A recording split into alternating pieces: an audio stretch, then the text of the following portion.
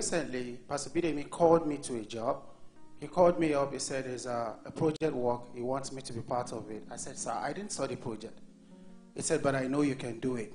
So in the evening that night, I looked at the computer and I started digging up some things. And while I'm digging, checking the internet to kind of dust up my brain, I found out that there were actually some things I know, but I didn't realize I know them.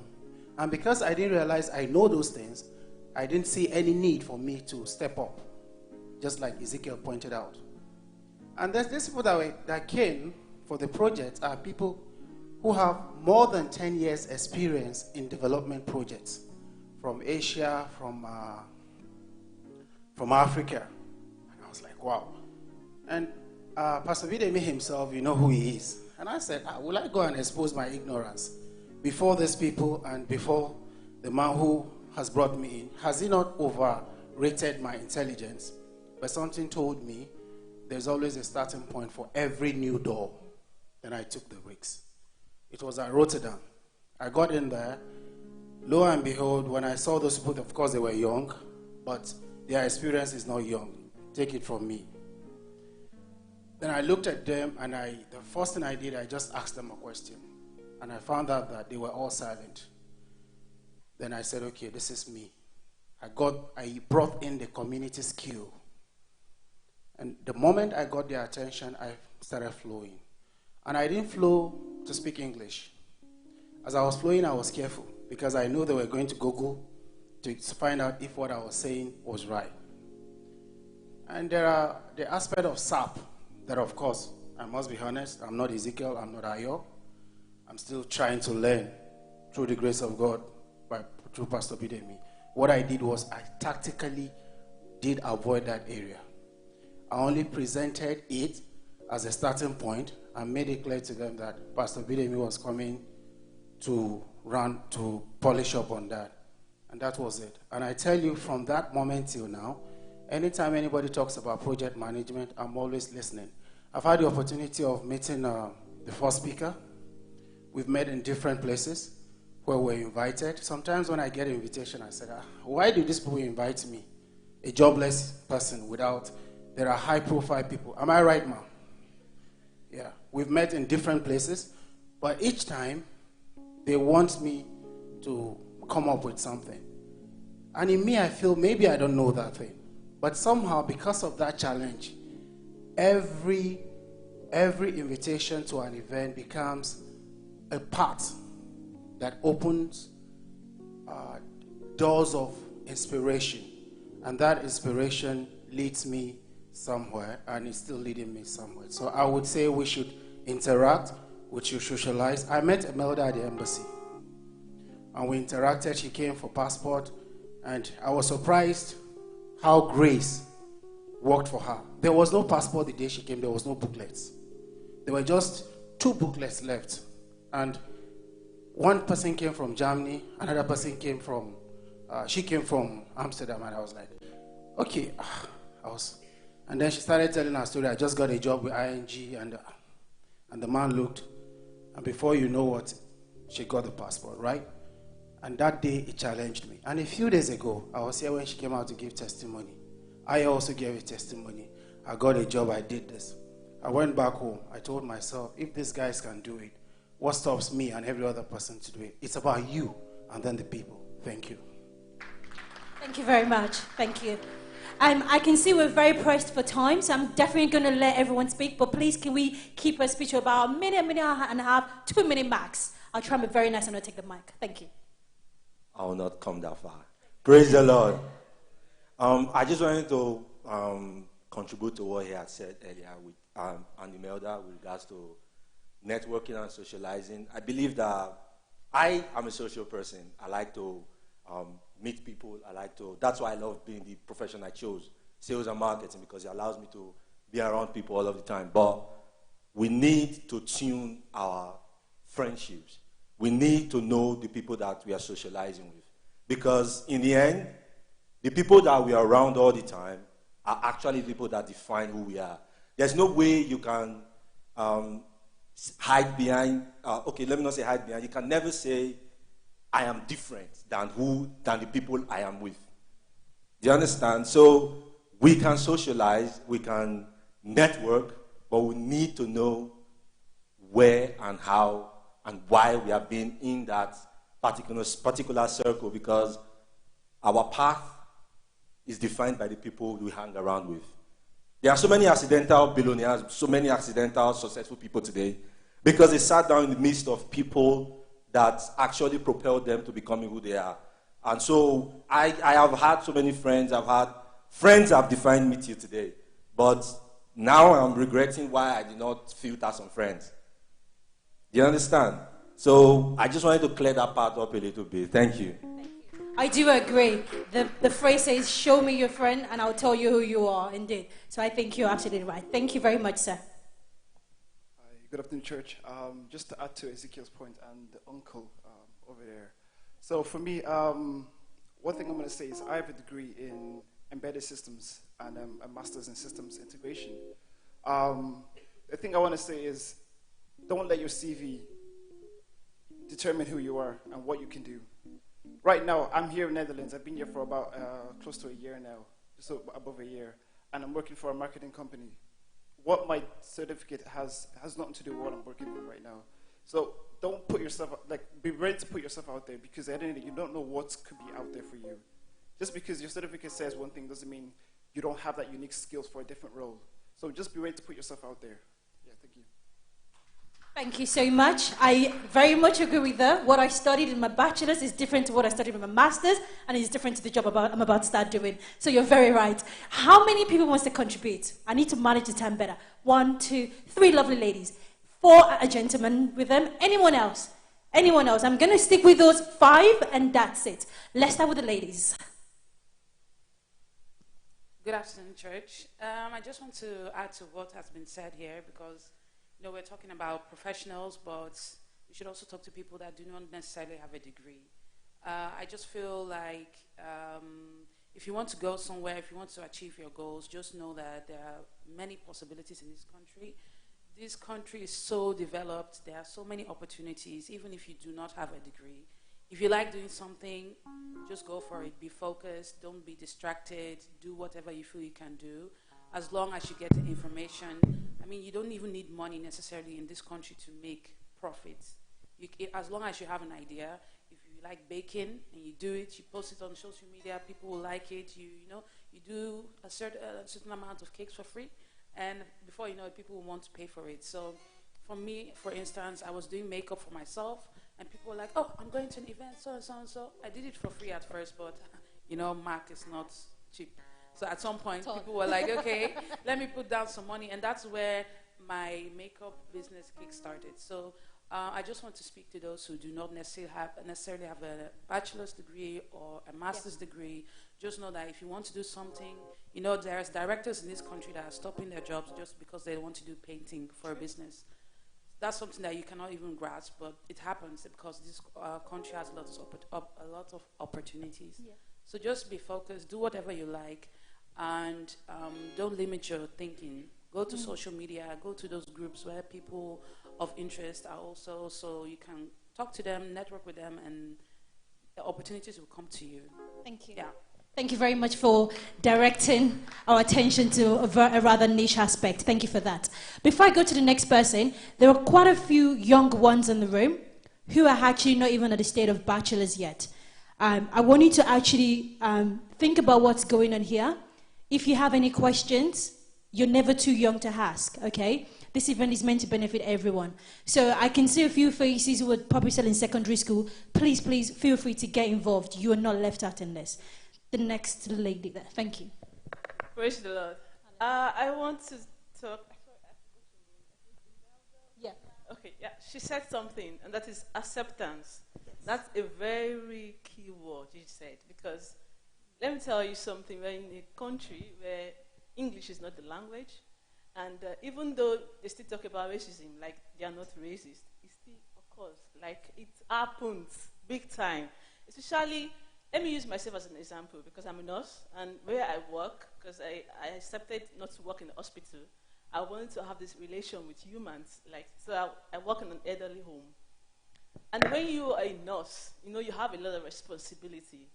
And especially when you're working with people that are 50 years old, 60, I mean colleagues, they're 50 and 60, and you're a young human being, not white, black, not coming into the midst, and you have to give them work to do. Do you know how it feels? That acceptance is not easy, believe me. When you're telling a colleague of you, like, do this, and she's like looking at you like, okay. It wasn't easy for me. Because the funniest thing is I didn't even finish my study before I started working in a nursing home. That one was also a miracle how I got the work. And I had to delegate jobs, works to them, like, do this. Sometimes I get frustrated. Sometimes I had to count like 10. 1, 2, before I could say something. So I don't say something that I will regret later saying. As a Christian, and this is where I want to come in, because let me tell you, your relationship with Christ is very important. If you want to work in this community, your relationship with Christ is a key word. Because believe me, you can be a Christian. If you don't have that relationship with Him, you can do some funny things that you didn't intend to do. I've experienced some kind of situation where I feel like I want to slap a woman that can even be my mother. Believe me, because of the way she reacted. I was like, it's not for me, it's for the patient. Come on. Yeah. I had to, like, God. Sometimes I even have to speak my mother down, like, Jesus. Sometimes they have to, like, what did you say? Because the way it got to, I was like, I said, not even like, Egbamio. Like, come on. But that's where I want to come in. As a Christian, Amen. Please, we are Amen. Young and we are doing good for Christ. But we also need that personal relationship, because Amen. There's some challenges we face in this world. Is not easy. That if care is not taken, you hear suicide, you hear this kind of thing, because acceptance is a key word, especially Amen. For us youth. We want to be accepted into whatever we do, wherever we are, what kind of gathering. That acceptance is very, very important. And I think you said it. It's very important. And believe me, we need it. Amen. Just to add to that, yes. So I know there are a lot of students here. I also had to do group work on my own. So because some of my colleagues didn't want to go, in the same group. So I took on the whole project, did it by myself. And I'm not here to say that I was the best, but I'm the best in everything. But I think I was the only one who came out with a distinction. So we were only 3 people. I was the only black person. The other girl was from Ukraine, and the other one was from Russia. So be who you are, trust God, and have patience also. Thank you. I think, yeah, Pastor. And then there's one more. Thank you. So maybe this is a bit of old experience on the table, because I've worked for over 10 years in the Netherlands in the field of development finance. And Augustina is my newest colleague at work. Yes. So my simple advice is, first, for those who do not have jobs yet, please be very honest in your CV. Don't write in there what you have not done. Just make sure that you are truthful. It is what you have done that should be there. And let there be no gaps if you can help it.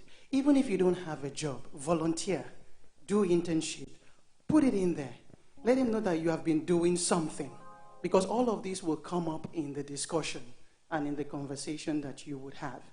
And when you apply, don't sit down. Because normally when they will say apply via this channel, it's going through a general port. Don't sit down and be waiting for, they will call me. Pick up the phone.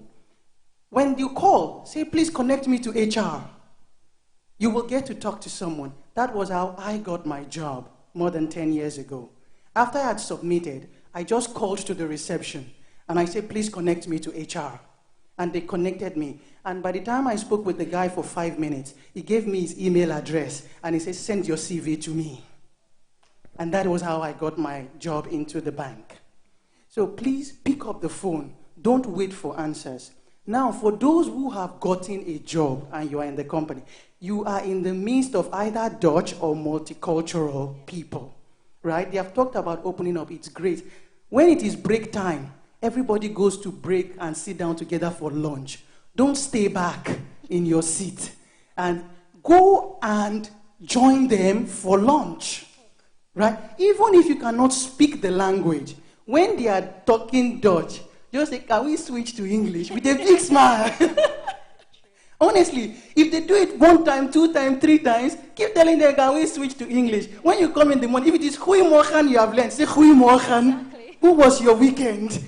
And then you continue back in English. And then read up. Try and learn what is happening in the society, in the environment. You have NOS, you have NL. I'm not very good sometimes. My husband helps me to keep up with what is happening, right? But at lunch times and during the day, these are things you can engage on. Topics you can put in on the table. You start a conversation. Once you just put it there, over the weekend, this happened. Before you know it, the conversation has started. You will just sit back and everybody will be talking, but you have initiated something. And in your workplace, please be a problem solver. Amen. When they are saying that there are issues, begin to research and look up. When I moved from one position to the other, I went to meet the manager of the hiring position. I said, I am the solution to your problem. That's what I told her. I said, I can tell you 6 mistakes you should not make as you take on this job. She looked at me and said, who is this girl? Before you know it, I got an invitation to come to her office to have a chat. She's my chief investment officer today. But I worked with her. Because I just walked up to her and said, I am the solution to your problem. Let's have a chat. So please, don't just sit back, hold one corner, and think everybody will come and look for you. You need to be out there. Amen. God will help us. And I ran for the European Parliament elections this year, for some of you that may not know it. But I ran because I have been listening to all the politicians talking about the problem of immigration and all, and I felt they did not have the African context to the problems. And I said, it is time to have an African voice in Parliament that can speak to the root causes of situations. So that's also what I want to challenge many of us here. You might be young, but you probably can understand the language. Go into the political space. We need young people there. If you know that you are politically savvy, if you know that you can stand up and you can defend the topic, join a political party. They have young hands. Before you know, the youngest Dutch politician that we have, who is in the European Parliament, she's 29 years old. The youngest that ever went into politics started at the age of 14. So there are opportunities in this environment to be anything you want to be. So it's not just business. You can spread your skills and your experience everywhere. Do it. The only thing that can hold you back is you. That's right. Be the best you can. Amen. God bless you. Thank you, man. Thank you. And to wrap it up for us, Pastor Bidemi. Praise the Lord. Come on, let's put our hands to... Oh, Folu wants us to say something. Yeah. Okay. Yeah, just go ahead and I'll come after you. Yes. So I wanted to add to what Sister Fumi said about people who don't have the bachelor and the masters, because they're really challenging us, right, with the bachelor and the masters. I'm just joking. But then it's like, even though you have to start from somewhere.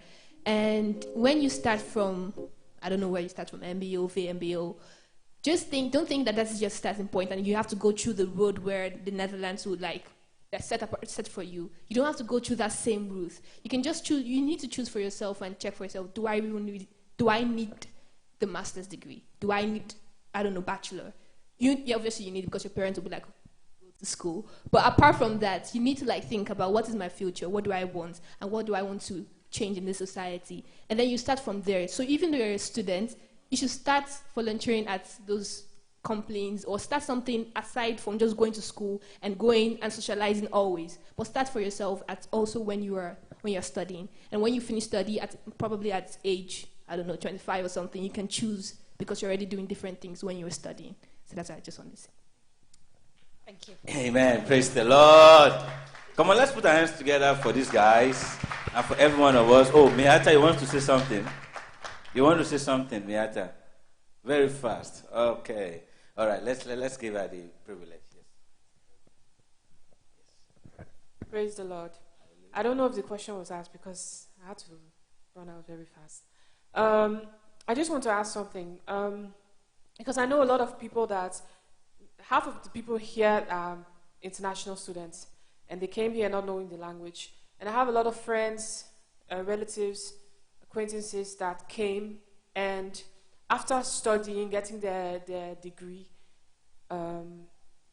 they could not get a job due to the language. You know, all of you guys have said you have to learn the language, you have to learn the language. It's not that easy. You can't just learn Dutch in 6 months, because the jobs that you are looking for, they will say, uitstekend Nederlandse taal, accentloos. We don't want to hear accent. We want you should speak native Dutch. So a lot of them have now had to leave the country, go to a English-speaking country, because they could not get something in their field due to the language factor, even though they are qualified. So I just want to ask you guys, what are the tips, advice that you can give somebody that has finished their degree, someone that is actually qualified, but the only thing that is stopping that person is language. And you can't force somebody to speak native Dutch in 6 months or 1 year. So what advice do you have? Because they might want to stay in this country.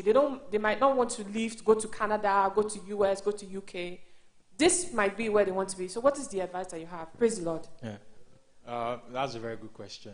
I think I don't want to use myself. I don't want to put myself out there. But I think I qualify as a very good example, in the sense that maybe I left this out. There were 3 companies that wanted to sign me. One was Sogeti, one was Worldline. I don't know if you know contactless payment in this country. So they have 45% of this market share. And the other one was 5CA. 5CA was English international company. But for Worldline and Sogeti, I went to, first one was Sogeti. I don't know if you know Sogeti, but it's a call, yeah. So I went there, software, yes, thank you very much, sir. Yeah, I went there for the interview, and it was the interaction that started the name. I got there, and because, I must say this again, my fiancé had already put in my brain, when you get there, try and make the man feel as good as possible. So you are getting there, you say, oh, is it hot? They don't want to know if you have the accent or not. The man could hear that, this guy's Dutch is neat, good. But I got there and I was speaking mouth like, he was already impressed. So now we started, my mouth like, I was shaking already. I already started like, now. Ik heb 3 kinderen, blah, blah, blah, blah. Okay, I can understand the basics. But you can ask me, how can someone, I've been here 6 years in Netherlands. You ask me, how did I get to that level? I'm not perfect. I go for meetings this whole week. The Dutch I've heard in this week is more than the old Dutch I've heard in my whole life in this country. But you ask yourself, I'm not even a comedian or anything, but I'm trying to aim your point right now that I had, that's what I told my fiancée told. She said, in this country, you must learn that language. What did I do? I've wasted money in Dutch schools in this country. I've wasted 250 euros, 300 euros, 500 euros. I'll come back, nothing. I just told myself, I must go online training. 3 months intensive course. My Netherlands improved from 0 to... No, I can't say 100 because I'm not perfect. But what I'm just trying to tell you is, I know several people, I'm like me now, you can imagine, my Zukia finished, my fiancé had to file for me to stay back. He told me to leave. I was in that shoe. I know what you're talking about. You can have masters, graduate, cum laude, everything. They'll just tell you no language. But I had to learn one way. And I had to be confident in my Dutch. I'm not good. Even if you speak with me one-on-one now, you realize that this guy's level is perhaps maybe B1 at most. But I had to just use what I know. And I had to learn because I've seen several people, they say, learn, they'll say, my brain cannot learn. That's the first step. They just cancel it out from their head. They say, I cannot. If I told myself I cannot,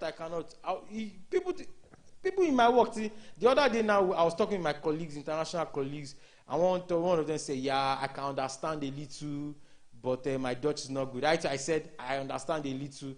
One of my Dutch colleagues looked at me and said, I don't know. You speak good Netherlands. I was like, whoa, okay, that's a plus. My boss, direct boss, one of the people I had meeting with called her and said, now we have meeting with Ayo in Netherlands. He was like, now we are meeting with Ayo. He's like, he's in Netherlands. He said, Ayo speaks Netherlands. No, like, huh? She could not believe. It's not as if I don't speak good Netherlands, but I understand and I'm trying every day. I'm learning new words. On the job, I'm learning Netherlands.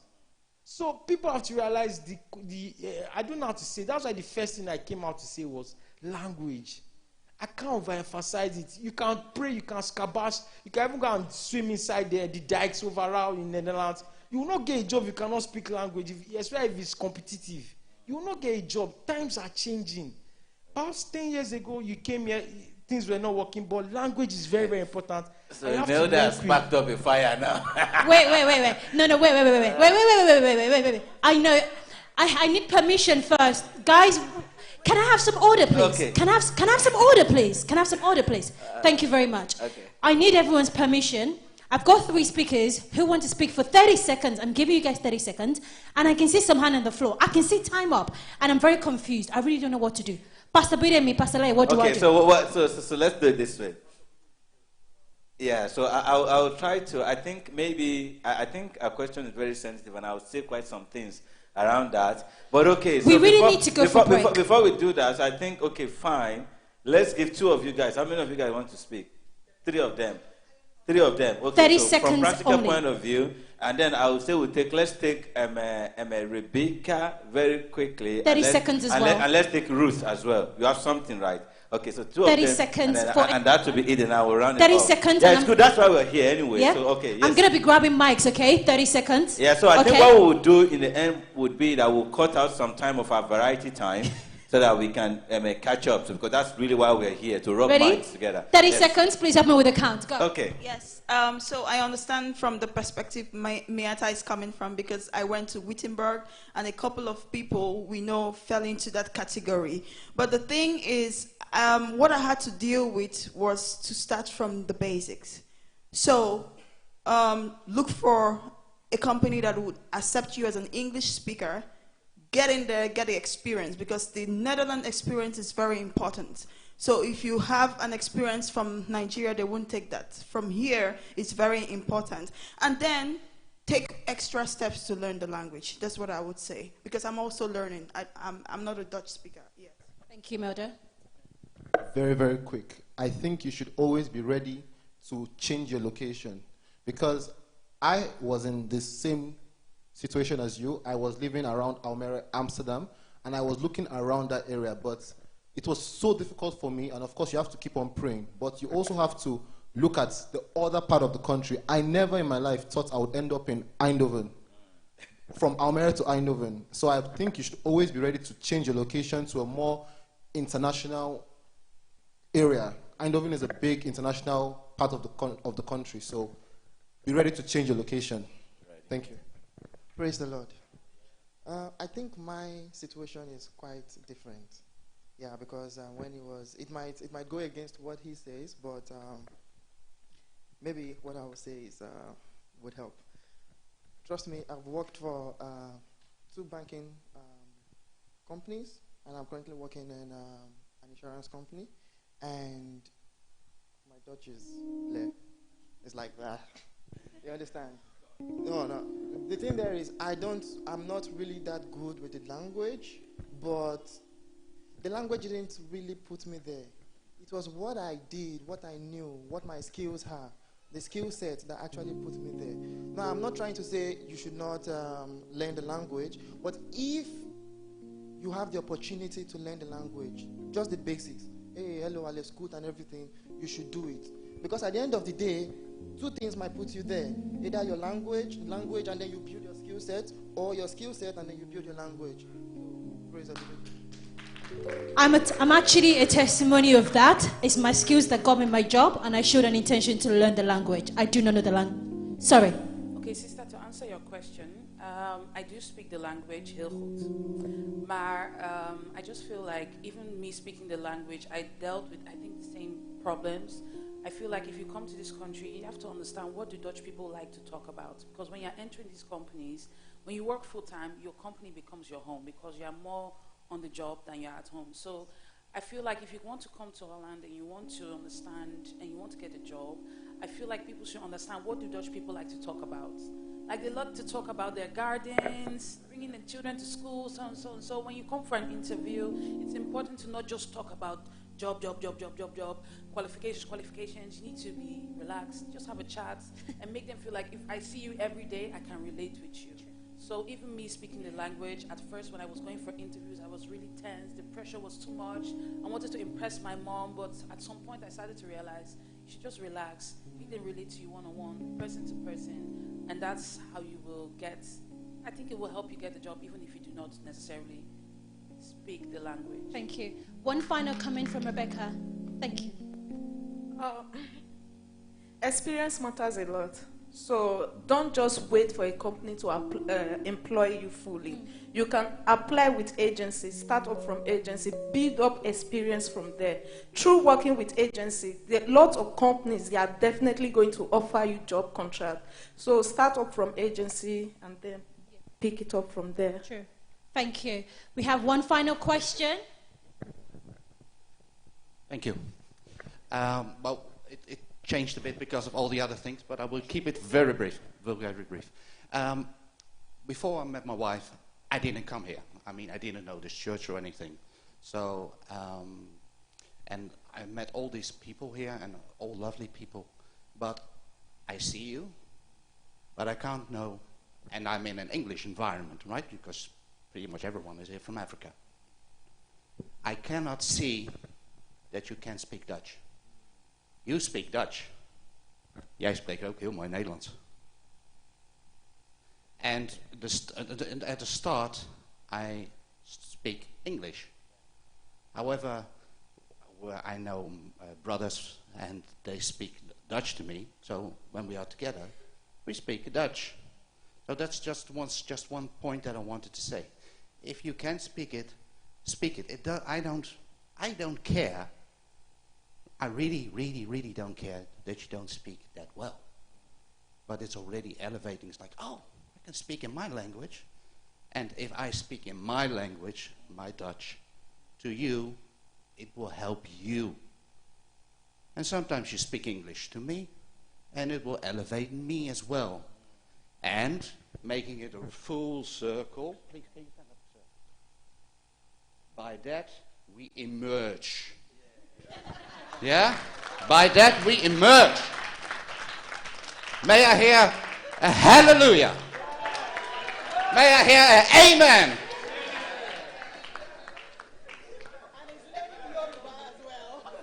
Yeah, very little, very little. That's my baby steps at this moment. But please, I see it, my time is up. I will round it up. Just speak to me in Dutch. If you don't speak it well enough, I don't care. We just start somewhere. Okay? That's what I wanted to say. Oh, and one final thing. Because you all live here. And that's what was the questions. How many of you really look at Dutch television? And by Dutch television, I do not mean the American series, like NCIS or whatever, or LLO, I don't care. But a Dutch series like Goede Tijden, Slechte Tijden. Goed zo. Because going to school is great, it's fine. And it's important, because you learn the grammar. But for the love of God, I almost want to say, just go and watch a stupid soap series like Goede Tijden, Slechte Tijden. That will help to learn to speak your Dutch. Because that's the way we speak. Just normal Dutch, and that's how it works. Yeah? Thank you. Thank you very much for that. One of the speakers clarified your question that perhaps you were talking about those who don't have a resident permit in the Netherlands. Yeah? It's clarified it? Yeah? Because of time, what I'll say is we can talk about this afterwards. And if anyone has any contribution, maybe we'll have a small class, but we have to move on. So Pastor Bidemi, please close it for us. Thank you. All right, yeah. Let's put our hands together for ourselves. All right. So I think I will just, to round it off, I think I will just say a few things to also put our minds as well into perspective. Now, one thing, if we look at everything we've been saying, like they say in the world, that attitude is everything. Do we agree with that? Attitude is everything. And like they say that your attitude will determine your altitude. So, and one thing I want us to, look at from these guys who have spoken, And I will perhaps just share my own experience as well, maybe with you guys. I studied in the same university. I did my master's at Wageningen, where Pastor Patience did ours. I think 2 years after she had left, that was when I came into Wageningen. Now, one of the very first things that I, needed to understand myself, because, sometimes I think we have a challenge. The challenge is that we are here, but we don't want to be here. You understand what I mean by that? We are here, but we don't want to be here. We like to live in the Netherlands, but we don't want to be part of the Netherlands, part of the culture. We want to live at the periphery of this society. We don't want to go to the core of it. And at the end of the day, see, I want you and me to understand something. We've talked about acceptance. She's, made really very good points. I know my time is up, but I'm just going to, try. She's made very good point about acceptance. She said about that, and all of these guys, they've said something similar. But one thing I want you to understand pretty much as well is that I think we are not coming to that point in which we are being fair. And what do I mean by that? Now, I want you to understand, guys, we are all from Africa, right? Most of us are from Africa. Maybe not all of us. Most of us are from Africa. Now, I want you to understand very much. I'm not saying that for those that you meet here that are racist, I'm not justifying whatever actions, they display towards other people. But the very first thing I want you to understand is when you come to a society like this, and you actually come with your minds prepared, I want you to understand, I tell people, I said, of course, you're not going to come into the Netherlands. For example, some of us, I'm telling you, even other Africans, we see it, for example, in South Africa. Even other Africans will not come into South Africa and just come in like that and just do what they need to do and everybody accepts them just like that, right? Some of them, despite the fact that they are even pushing and they are doing all of these things, they still face opposition and they want them to. I said, so it's normal. We must prepare our minds. I'm not saying that some people should be racist, but we must prepare our minds that you're not going to come in here and expect just like that everybody's going to accept you. Yeah? I hope you understand that, because even amongst ourselves, where we're coming from, some people will say you have Indebele. From those from Zimbabwe, for example, you are speaking Indebele. You are not part of us. You are speaking Shona. Some people that are from, Eastern Africa will say you are speaking Swahili, you are speaking Rwanda, you are speaking this, you are not part of us. We do that a lot from where we're coming from, right? And those of us from Nigeria, we do all of these kind of things. But you are even in this country. Now, it is normal that when you go into these kind of places for the very first time, that you don't expect that somebody is going to accept you 100% in the beginning. So you need to prepare your mind for that, so that you're also very realistic also with yourself. But what is important is that if you have made up your mind and you have made that choice that you're going to live here, for example, I also want you and I to understand. You see, they've said everything in terms of attitude. When I was to start working in this country, for example, just like some of them they've said, I can tell you I did a master's in this country. Nobody has asked me for my master's degree in this country. I hope you know that. I've worked for over, at least if I will count, over 30 Dutch companies with over 500 Dutch colleagues. Nobody has asked me for my master's program. And I actually made that choice because I made that choice I want to live in the Netherlands. I made that choice not to work even for any international company. Why? Because I know I will be deceiving myself. I want to start a business. By God's grace, I also started my own company even on the side. But I also knew you can serve different communities, but if you want to go into the heart of this society as well, there's also part of what you also need to learn. I ask myself questions. Let me tell you, I'm in the church.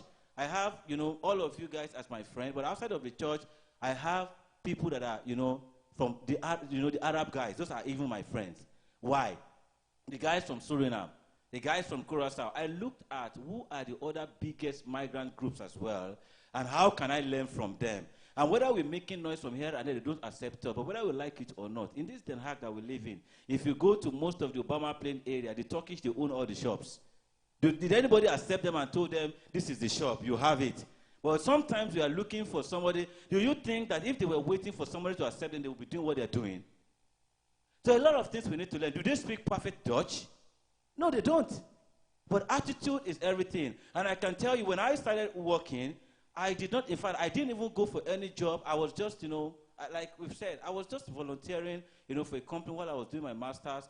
And someone just said, you know what, I just like your attitude. Like what they've said, you're going to have an interview. Somebody will tell you, they even want to know, oh, I'm married, I have 2 children, I even have a cat. I know some of us Africans, we can judge.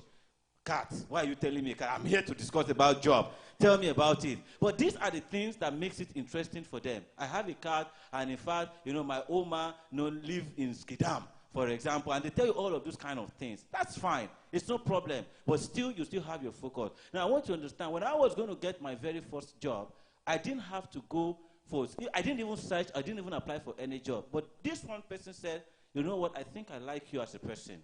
And I'm just going to recommend you to my friends who own company and you are going nowhere. I said, but I've got a PhD in Australia. I said, no. He said, what do you prefer? I said, I think I would prefer to work because 4 years, I want to gain experience. Anyways, I'm not going to end up as a researcher and academic. Why do I need the 4? I'm not saying if you're doing a PhD is bad because it's a choice as well. You have your reason.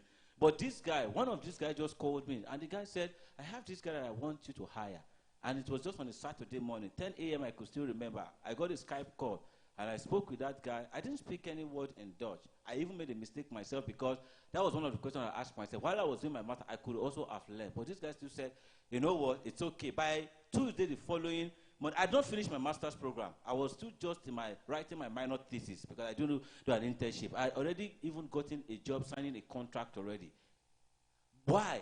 One thing that I realized in the end was that I didn't speak Dutch, but every time I go into the meeting, I look at it very reasonably myself.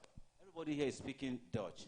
The first thing I needed to do for myself, I said, I don't need to understand how to speak Dutch, but let me understand Dutch first, because that makes me to blend in, and that makes me to make everybody feel comfortable.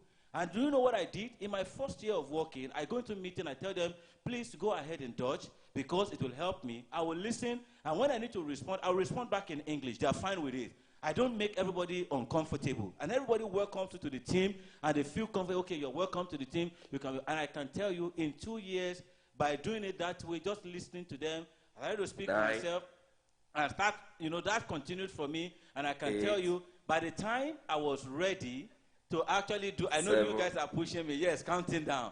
I can tell you, when I decided I was going to do my inboxing, I didn't go to a single Dutch school, and with all these things, I went for my Dutch inboxing and I passed everything in 1 day, at once. 3. Why? With learning from these people, I cannot deceive myself and say I want to stay in the English community and speak only English, and I want to make an impact, and I want to make a difference. So I want you to know that's important. So attitude, don't expect that everybody in the new neighborhood, they expect that. Even though you are pushing me, I'm going to make a point. That's why we are here. All right. Okay. There are so many other things, that maybe as we, discuss, as we talked about it, that we will learn. But very, very important. Attitude is everything, and don't judge. And if you really want to get in, don't deceive yourself by staying out and expecting everybody will come to you and speak English to you. For example, and young people, I want you to understand that even within the church, we discuss it a lot. That, you know what, these guys you see here, I knew a long time, even including Body, they were mentioning, they were all in secondary school when I first met them in the camp. But today, they have transited properly. Why? Because they allowed themselves to learn. And we're having more young professionals that can make a difference in this community. So, sorry. Yeah. Just rounding it up. I see it's a very tender topic, and you were talking about it. I suggest we go to a break right now. And in between that, we can talk amongst each other about this tender topic. Yeah. Here you are. My gosh, this has to be the most difficult anchoring job I've ever done. Thank you, everyone, for contributing. I'm not even going to say anything. Oh, gosh. Yeah. Can we have a 5-minute break? Will that be okay? 5-minute break. Please, we have some snacks in the aisle.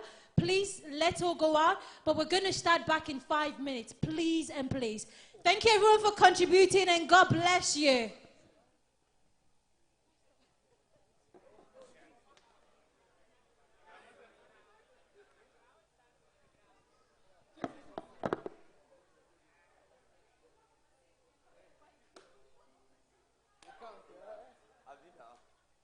Bro, I don't know what to call you, whether I'll Kelly or